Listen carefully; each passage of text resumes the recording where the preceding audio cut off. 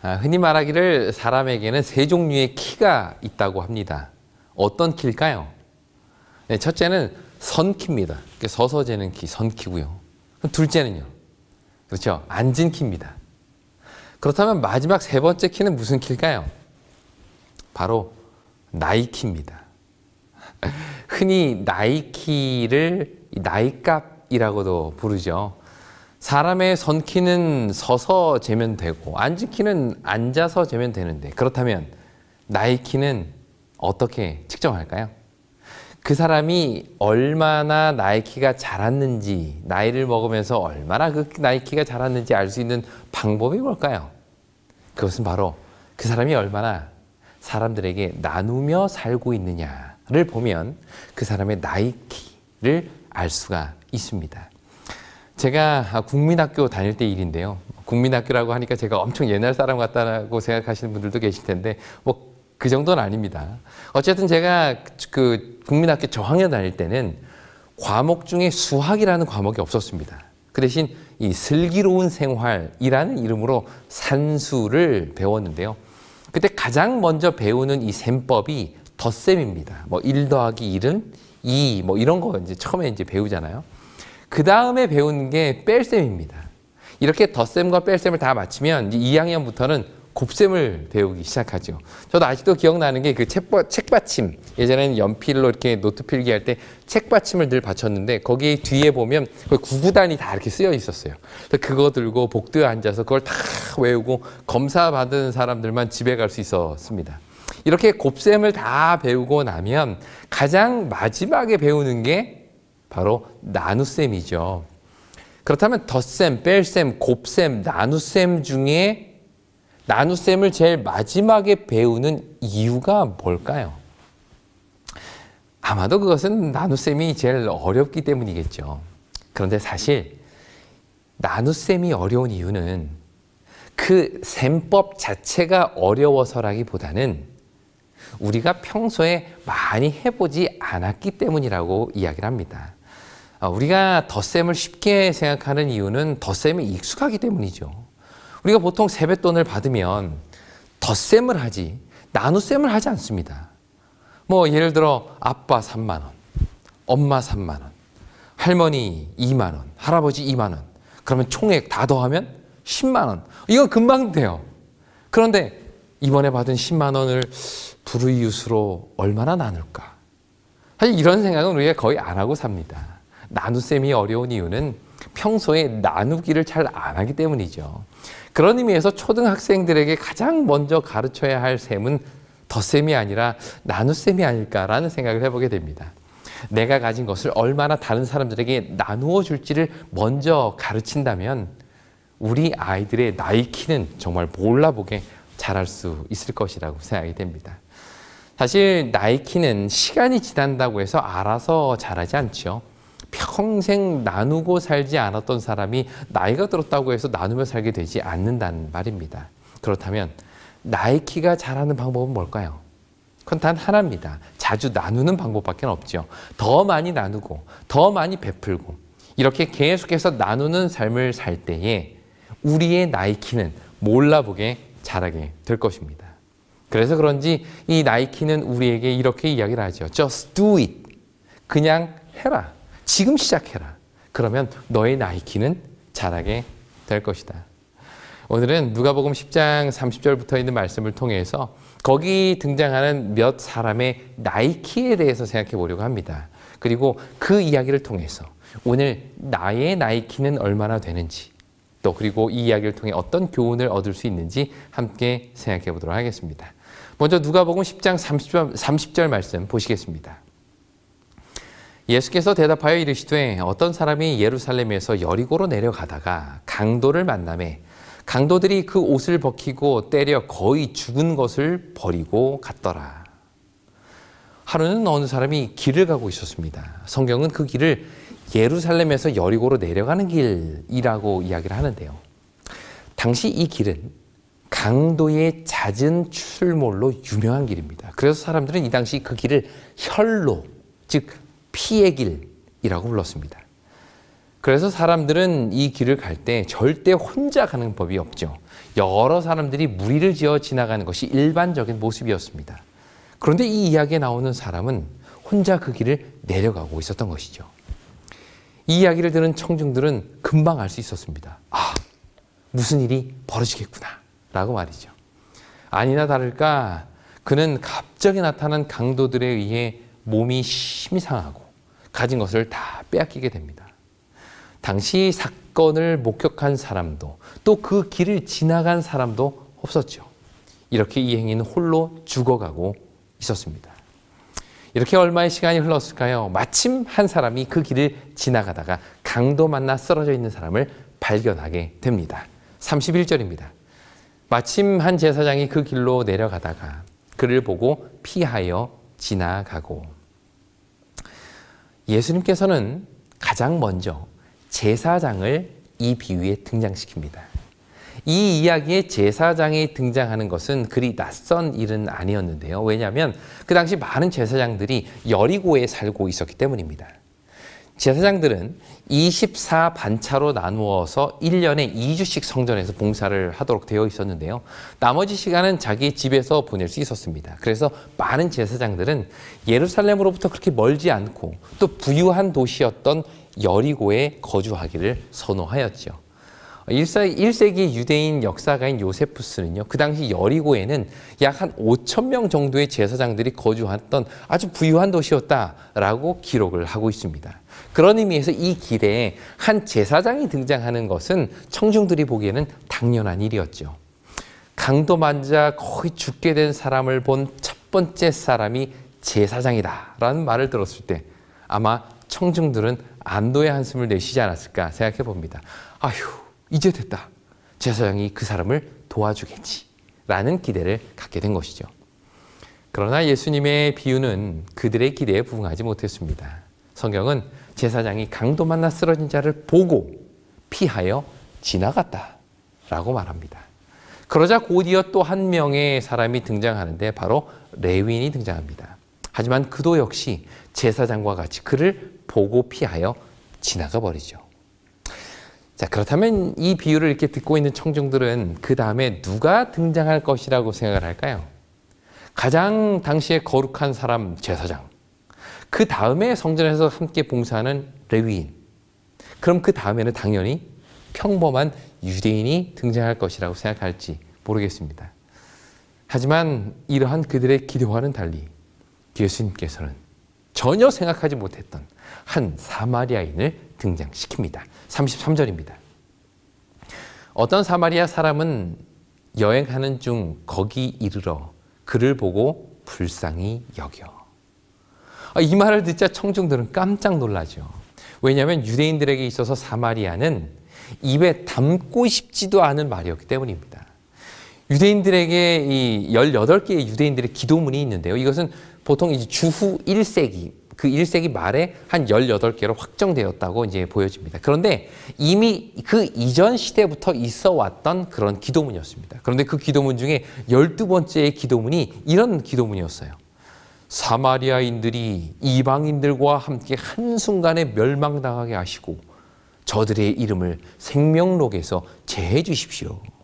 그러니까 이런 내용을 기도에 포함시킬 정도로 당시 1세기 유대인들은 이 사마리아인들에 대한 반감이 심했습니다.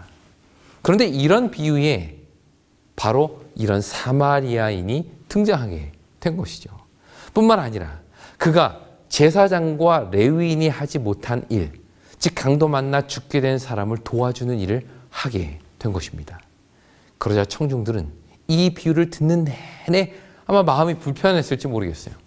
그런데 더 놀라운 것은 지금 이 사마리아인에 대한 예수님의 설명입니다. 먼저 사마리아인이 앞에 두 사람과 구분되는 첫 번째 모습은 그 사람을 불쌍히 여겼다. 강도 만난 사람을 불쌍히 여겼다라는 표현입니다. 33절, 어떤 사마리아 사람은 그를 보고 불쌍히 여겨. 이 복음서를 읽어보면 불쌍히 여기다라는 이 표현이 자주 등장하는데요. 그런데 이 표현은 주로 백성을 바라보시는 예수님의 마음을 나타낼 때 사용이 됩니다. 마가복음 6장 34절에 보시면 예수께서 나오사 큰 무리를 보시고 그 목자 없는 양 같음으로 인하여 불쌍히 여기사 이에 여러 가지로 가르치시더라. 이라는 말씀이 나오고요. 또 나인성 과부가 아들의 죽음 앞에서 슬퍼하는 모습을 보시면서 누가복음 7장 13절에는 주께서 과부를 보시고 불쌍히 여기사 울지 말라 하시고, 이처럼 복음서에서 누군가를 불쌍히 여겼다라는 말은 그 사람이 누구의 마음을, 그렇죠, 예수님의 마음을 가졌다라는 뜻입니다. 이 비유에 등장하는 사마리아인이 바로 그런 예수님의 마음으로 이 강도를 바라봤다는 것입니다. 다른 모든 사람들은 그냥 보고 지나갔지만 이 사마리아 사람은 그를 보고 불쌍히 여기는 마음을 갖게 된 것이죠. 이것이 먼저 지나간 제사장과 레위인이 사마리아인과 구분되는 첫 번째 차이점입니다. 그러나 이러한 대조는 여기서 끝나지 않지요. 성경은 강도 만난 자를 불쌍히 여긴 사마리아 사람이 다음과 같이 행동했다고 이야기를 합니다. 34절. 기름과 포도주를 그 상처에 붓고 싸매고. 당시 기름과 포도주는 상처의 치료제로 널리 사용이 되었습니다. 여기서 기름은 올리브 기름을 말하는데요. 이것은 상처를 부드럽게 해주는 역할을 하고, 포도주는 이 살균의 역할을 했다고 합니다. 그리고는 붕대로, 혹 붕대가 없으면 자기 옷을 찢어서라도 그 상처를 싸매주고는 그 사람을 자기 나귀에 실어 여관으로 데려가죠. 그런데 우리는 여기서 뭔가 익숙한 연결점을 보게 됩니다. 그것은 바로 이 기름과 포도주라는 건데요. 기름은 제사장이 소제를 드릴 때 항상 사용하는 것입니다. 레위기 2장 1절에 보면 고운 가루로 예물을 삼아 그 위에 기름을 붓고 또 그 위에 유향을 넣고 라고 이게 소제 방법을 설명하고 있습니다. 또 포도주도 역시 초막절 때 물과 함께 이 번제단 위에 붓는 관제 예식에 사용되는 것이 바로 이 포도주입니다. 이처럼 기름과 포도주는 제사장과 레위인들에게는 매우 익숙한 것으로서 그들이 제사를 위해서 늘 사용했던 것들이죠. 하지만 이들이 그 기름과 포도주를 제단에 부을 줄은 알았지, 삶의 현장에서는 그것을 어떻게 사용해야 할지를 몰랐던 것입니다. 그것이 이들이 실패한 이유죠. 그들의 예배와 삶이 하나 되지 못했다는 것입니다. 그들의 가르침과 삶이 연결되지 못했다는 것입니다. 기름과 포도주로 완벽하고 철저하게 제사를 드릴 줄은 알았지만 그것을 삶의 현장에서 내 도움이 필요한 사람들에게 쏟아 부을 줄은 몰랐다는 것이죠. 오늘 우리의 모습은 어떻습니까? 안식일에 교회 입구에서 교우들을 환영하면서 보내는 그 미소가 과연 우리의 삶의 현장에서도 나타나고 있느냐는 것입니다. 교회에서 교인들과 나누는 따뜻한 악수, 그것을 강도 만나 쓰러져 죽게 된 그 사람에게도 나누고 있느냐는 것입니다. 예배 시간에 보여지는 거룩함, 성도들 간에 나타나는 친절, 교회를 위한 우리들의 헌신이 성전 밖에서 우리의 친절과 미소를 간절히 필요로 하는 그 낯선 자들에게도 나타나고 있느냐는 말입니다. 이 비유에 등장하는 레위인과 제사장은 자신의 손에 들린 기름과 포도주를 번제단에 붓는 일에는 전문가였습니다. 그러나 정작 그 두 물건을 절실히 필요로 하는 강도 만난 사람에게는 정작 그것을 부을 줄 몰랐던 것이죠. 이것이 어쩌면 오늘 저와 여러분들의 모습은 아닙니까? 우리의 신앙이, 우리의 헌신이, 우리의 친절과 사랑이 교회 안에만 갇혀 있을 때 우리는 그 누구의 이웃도 될 수 없습니다. 예수님께서는 지금 바로 그 점을 지적하신 것이죠. 다시 본래 이야기로 돌아와서요. 이렇게 자신의 기름과 포도주를 강도 만난 자에게 쏟아 부은 사마리아인은 그를 자기 짐승에 태우고는 여관으로 갑니다. 그리고 거기서 최선을 다해서 그를 돌봐주죠. 그리고 마지막으로 예수님은 사마리아 사람의 행동을 이렇게 묘사합니다. 35절입니다. 그 이튿날 그가 주막 주인에게 데나리온 2를 내어주며 이르되 이 사람을 돌보아 주라. 비용이 더 들면 내가 돌아올 때에 갚으리라. 하였으니. 밤새도록 이 강도 만난 사람을 돌봐주었던 사마리아 사람은 다음날 여관 주인에게 데나리온 2를 주면서 이 사람 잘 좀 돌봐주십시오 라고 부탁을 합니다. 당시 여관의 하루 숙박비가 12분의 1 데나리온이라고 해요. 그러므로 그가 지불한 2 데나리온은 며칠 숙박료일까요? 그렇죠. 24일 동안 머물 수 있는 숙박료를 미리 지불한 겁니다. 그만큼 넉넉하게 돈을 주고 갔다는 말이죠. 그런데도 혹시 돈이 더 들면 내가 돌아올 때 갚겠다 약속한 것입니다. 여기서 우리는 사마리아인과 강도 만난 사람의 관계를 설명해주는 하나의 중요한 단서를 보게 되는데요. 그것이 바로 내가 갚겠다라는 말입니다. 유대 사회는요, 혈연으로 묶여있는 사회죠. 그 정도로 얼마나 그 정도가 얼마나 끈끈한가 하면 가족이나 친척들 중에 누군가가 빚을 졌을 때 그걸 갚을 만한 여력이 없다면 가족이자 친척이 그것을 대신 갚아주는 법이 있습니다. 이런 제도는 그들이 곧 하나의 운명 공동체라는 인식을 보여주는 것인데요. 성경 중에 이러한 이야기로 가득한 책이 있는데 그게 바로 구약의 룻기입니다. 이 룻기서를 보면 엘리멜렉의 가정이 모든 것을 다 잃어버리고 심지어 대를 이을 남자들마저 다 죽게 되는 상황에서 그 가정을 돕기 위해 나선 사람이 있는데 그가 보아스이죠. 그가 그렇게 한 이유는 보아스가 엘리멜렉의 친족, 다시 말해 그들을 책임져야 할 운명 공동체였기 때문입니다. 이스라엘은 이것을 법으로 정해 놓았는데요. 이것을 고엘 제도라고 부릅니다. 내 친족들 중에 도무지 빚을 갚을 능력이 없을 때 내가 대신해서 갚아주는 것, 이것이 바로 하나의 운명, 하나의 가족이라는 의미입니다. 이날 사마리아 사람이 여관 주인에게 한 이 한마디, 내가 갚겠습니다 라는 이 말은 강도 만난 사람과 나는 하나의 운명 공동체라는 뜻입니다. 피 한 방울 더 섞이지 않고 얼굴조차 모르는 사람의 운명이 나의 운명과 연결되어 있다는 생각이죠. 그래서 그는 그 빚을 자신이 갚겠다고 자처한 것입니다. 그를 끝까지 책임지겠다는 것이죠. 이것은 이 둘의 관계가 하나의 운명으로 연결되어 있다는 것을 말해줍니다. 너가 죽으면 나도 죽고 너가 살면 나도 산다 라는 그런 생각 말입니다. 그런데 사실 오늘 여러분들과 나누고자 하는 핵심은 지금부터입니다. 여러분께 제가 질문 하나 드려볼 텐데요. 우리가 방금 읽은 이 선한 사마리아인의 비유, 여기에서 말하고자 하는 핵심 교훈은 무엇일까요? 이 비유를 통해서 예수님은 우리에게 무엇을 말씀하고 싶으셨던 것일까요? 우리는 보통 이 비유를 읽으면서 그래, 나도 도움이 필요한 사람 도와주어야겠다. 고통 중에 죽어가는 사람 살려야겠다 라고 생각합니다. 그러나 사실 이 비유의 핵심은 그게 아닙니다. 이날 예수님께서 이 비유를 통해 하고자 하신 말씀은 단순히 죽어가는 사람 살려라, 도움이 필요한 사람 도와줘라 라는 것이 아닙니다. 그렇다면 과연 이 비유의 핵심은 뭘까요? 이것을 통해 예수님이 오늘 우리에게 주고자 하는 교훈의 핵심은 무엇일까요?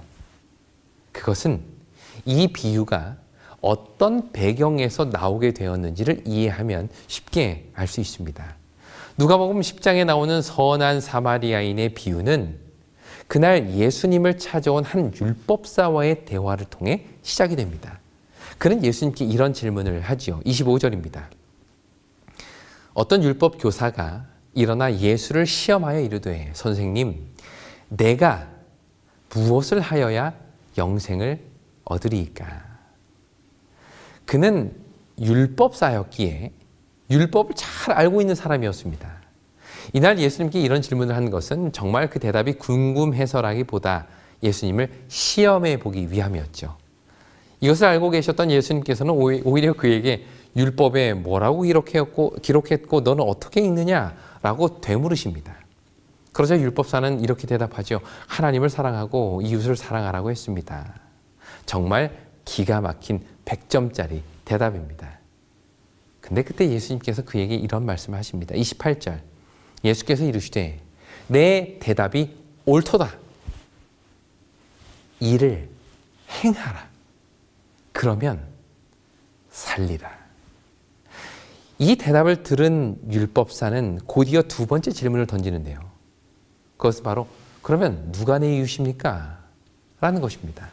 영생을 얻기 위해서는 하나님을 사랑하고 이웃을 사랑해야 하는데 그럼 내가 사랑해야 할 이 이웃이 누구냐는 것입니다.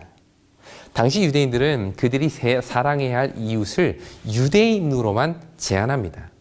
유대인 외의 이방인들은 그들의 이웃이 아니죠. 또한 유대인들 중에도 누구는 빠질까요? 세리나 죄인들은 다 빠집니다. 그들이 사랑해야 할 이웃의 대상이 아니라고 생각했던 것이죠. 다시 말해 그들이 사랑할 만한 사람들을 이웃으로 생각했던 것입니다. 이렇게 내가 사랑해야 할 이웃이 누구입니까? 라고 물은 이 율법 교사에게 그에 대한 대답으로 하신 말씀이 이 선한 사마리아인의 비유예요. 그리고 이 비유를 다 마치신 이후에 예수님께서는 28절에서 하셨던 말씀과 동일한 말씀을 반복하십니다. 37절입니다. 가서 너도 이와 같이 하라. 괄호 열고 그러면 살리라. 괄호 닫고. 자, 예수님께서는 영생할 수 있는 길을 묻는 율법사에게 두 번이나 같은 대답을 하셨어요. 가서 너도 이와 같이 하라. 그러면 살겠다. 자, 그러면 여기서 중요한 질문.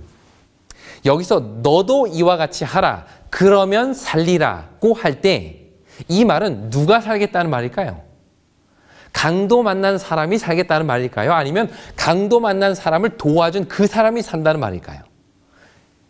이 말씀은 강도 만난 사람을 도와준 사람에 대한 이야기입니다. 율법교사가 물은 질문이 무엇이었죠? 무엇을 하여야 내가 영생을 얻겠습니까? 라는 질문이었습니다. 결국 이 비유는 강도 만난 사람 살리는 이야기가 아니라 내가 영생하는 길, 강도 만난 사람을 도와준 내가 영생할 수 있는 방법을 묻는 이야기입니다. 그 사람을 도와주면 그 사람이 사는 것이 아니라 그 사람을 도와준 나 자신이 산다는 말을 지금 여기서 하고 있는 것이죠. 많은 경우에 우리는 이 비유를 오해합니다. 이것은 단순히 강도 만난 사람 살리라는 말이 아닙니다. 이 비유의 핵심은 강도 만난 사람을 살리는 데에 있는 것이 아니라 그 사람을 도와준 사람이 영생하는 길이 무엇인지를 말씀하고 계신 것이죠. 내가 무엇을 하여야 영생을 얻으리까? 라는 질문에 대한 대답이 가서 너도 이와 같이 해라. 그러면 너가 살겠다. 너가 영생하겠다. 라는 말씀이죠. 그런 의미에서 결국 강도 만나 쓰러져 있는 그 사람을 살려주지 않았던 두 사람. 그들은 겉으로 보기에는 강도 만난 사람 살리지 않은 것 같지만 사실은 누구 살리지 않는 거예요?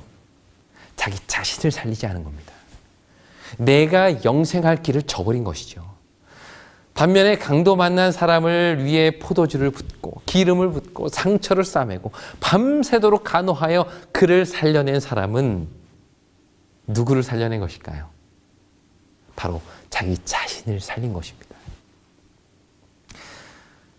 여러분들 중에는 교회 안에서 직분을 가지고 봉사하는 분들도 계실 것이고요. 또 소그룹 활동을 통해서 영혼을 구원하기 위해 많은 수고와 노력을 아끼지 않는 분들도 계실 겁니다. 그런데 어떠세요? 그 일을 하기가 쉬우신가요? 어려우신가요?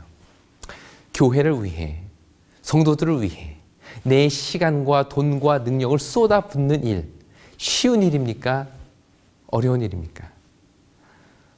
물론 어떤 분들에게는 되게 즐겁고 쉬운 일일 수 있지만 또 어떤 분들에게는 정말 쉽지 않은 일처럼 느껴집니다. 그게 쉬운 일이었다면 레위인이나 제사장들도 그렇게 했겠죠. 소급을 하면서 다 그만두고 싶다라는 생각 해본 적은 없으신가요? 전도회를 위해 준비하면서 구조자들에게 일일이 전화하고 오라고 했는데 뭐 때문에 못 간다, 나는 무슨 일이 있어 못 간다 하면 힘이 쫙 빠지지 않던가요?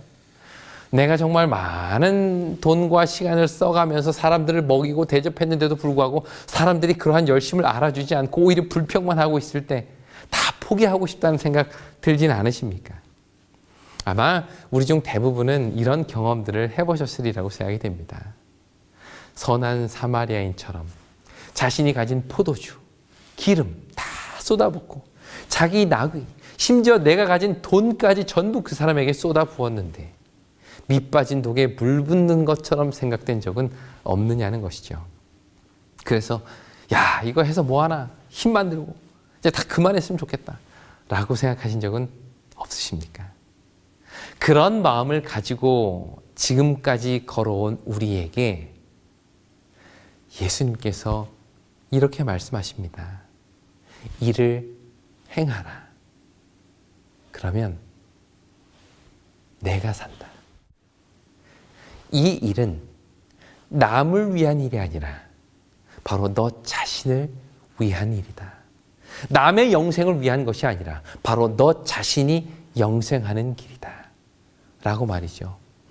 시대의 소망은 우리에게 이렇게 이야기를 합니다. 자기 희생의 법칙은 자기 보존의 법칙이다. 이것이 하나님께서 창조하신 우주의 법칙입니다. 자기를 보존하고자 하는 자는 오히려 잃게 되지만 자신을 희생하려고 하는 자는 오히려 생명을 얻게 된다고요. 한번 꽃과 나무들을 한번 보시길 바랍니다. 한 알의 밀알이 땅에 떨어져 썩음으로 많은 열매를 맺게 되지 않습니까? 내가 희생하는 것이 곧 나를 보존하는 것이라는 사실을 천연계는 너무도 잘 알고 있습니다. 유독 인간만이 너무나도 단순한 이 생명의 법칙을 모르고 살아가고 있는 것이죠.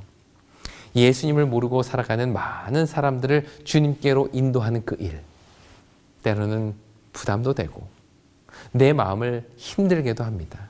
우리의 시간과 재정과 관심과 노력을 쏟아부어도 반응도 없고 결과도 없을 때가 있죠. 그런데 바로 그때 예수님의 이 말씀을 기억하시길 바랍니다. 이를 행하라. 그러면 내가 살리라. 이 약속이 오늘 우리의 삶에도 이루어지게 되기를 간절히 바랍니다. 여러분 눈앞에 있는 그 강도 만나 쓰러져 있는 사람들에게 나의 모든 것을 즐거운 마음으로 쏟아 부을 때 그때 그 모습을 보시며 흡족해 하시며 예수님이 우리에게 이렇게 외칠 것입니다. 그래, 잘했다. 이것이 너의 이웃을 내 몸과 같이 사랑하는 이것이 바로 내가 영생하는 길이다 라고 말이죠. 이 예수님의 약속이 오늘 우리에게 위로가 되고 희망이 되길 바라면서 오늘 말씀을 마치겠습니다.